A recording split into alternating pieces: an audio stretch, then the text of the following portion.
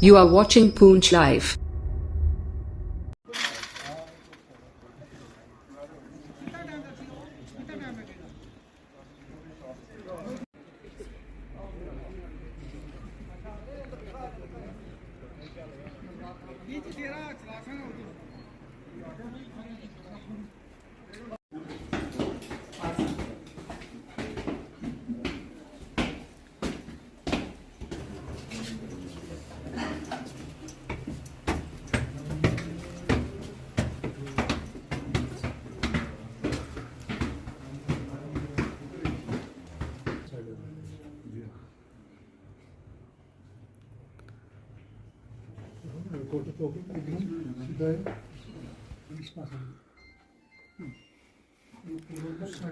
छोटो लगो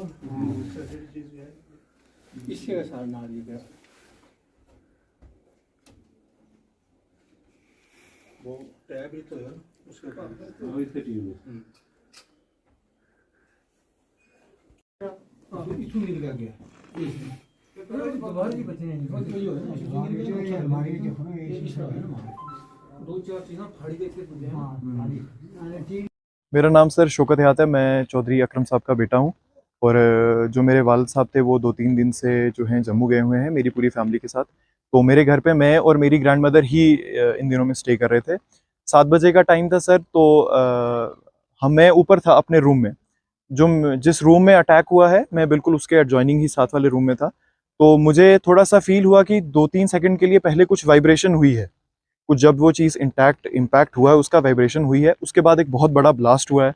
तो हम लोग जितने भी घर वाले थे हम लोग सब बाहर निकल आए, क्योंकि ब्लास्ट इतना बड़ा था कि हमारी गाड़ियों के ब्लिंकर्स वगैरह हर चीज़ ऑन हो गई थी। इतना ज़ोर का ब्लास्ट हुआ है, बहुत बड़ा इम्पैक्ट था। फिर जब हमने वापस बाहर आके देखा है, फिर हम रूम में गए हैं ऊपर, और जिस टाइम हमने रूम में जाके देखा है तब हमने वहाँ पे देखा है कि जो रूफ़ की सीलिंग है, क्योंकि हमारा ये जो मकान है इसमें टीन है ऊपर, और वो टीन की चादरें बहुत मोटी मोटी डालते हैं क्योंकि यहाँ बर्फ़ है, बरसात है, सब चीज़ों का मसला है। वो आप ये चीज़ अंदाज़ा लगा सकते हैं कि अगर कोई चीज़ वो टीन की चादर को पेनिट्रेट करके, उसके बाद हमने नीचे सीलिंग है, सीलिंग को पेनिट्रेट करके अगर हमारे रूम तक कोई चीज़ आ सकती है, तो ये मैं कहना चाहूँगा कि ये एक बहुत बड़ा अटैक हुआ है। और लेकिन अल्लाह का शुक्र, ऊपर वाले का शुक्र है कि कोई हमारा जानी नुकसान नहीं हुआ। अगर कोई उस रूम में होता तो मे भी हो सकता है कि उसको नुकसान हो सकता था। बाकी यहाँ पे सारी सिक्योरिटी फोर्सेस रात से ही जो प्लान ऑफ एक्शन था सिक्योरिटी फोर्सेस का वो बहुत अच्छा था। 5 मिनट के अंदर अंदर ही SHO साहब ने यहाँ पे आ गए थे, SSP साहब, DSP साहब सब यहाँ पे थे। मैं उन सबका भी शुक्रिया अदा करना चाहूँगा। लेकिन सर मैं एक चीज़ चाहता हूँ कि इस चीज़ की इन्वेस्टिगेशन अच्छी तरीके से की जाए, क्योंकि एक हमारा मसला नहीं है, यहाँ पूरा गाँव का मसला है।